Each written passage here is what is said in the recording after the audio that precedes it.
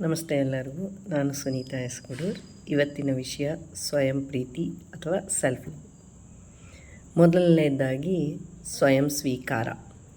ಹಾಗಂದರೆ ಏನು?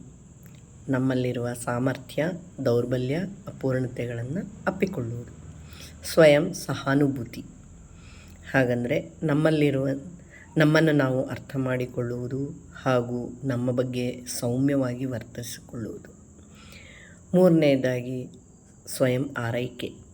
ಸ್ವಯಂ ಆರೈಕೆ ಅಂದರೆ ಭೌತಿಕವಾಗಿ, ಮಾನಸಿಕವಾಗಿ, ಭಾವನಾತ್ಮಕವಾಗಿ ನಮ್ಮನ್ನು ನಾವು ಆರೈಕೆ ಮಾಡಿಕೊಳ್ಳುವುದು. ನಾಲ್ಕನೇದಾಗಿ ಸ್ವಯಂ ಕ್ಷಮೆ ಮಾಡುವುದು.